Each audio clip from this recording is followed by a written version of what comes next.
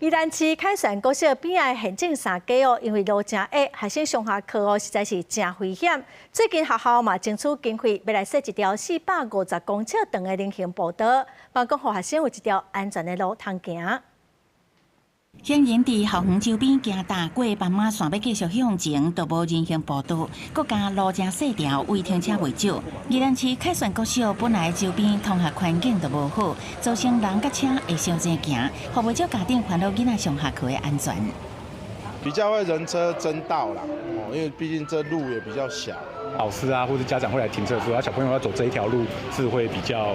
危险的。校园内原来有危险的所在，本来教职员停车场边嘛无人行步道，学生拢爱闯过停车场，才会当行出校园。人甲车相交叉，问题严重。学校看到问题，向国土署争取2000万经费，伫校园周边增设450公尺长的人行步道，搁连接校园内的教职员停车场，甲一个交通安全教育广场，2日完工启用。所以我们呢就希望说孩子有一个安全的一个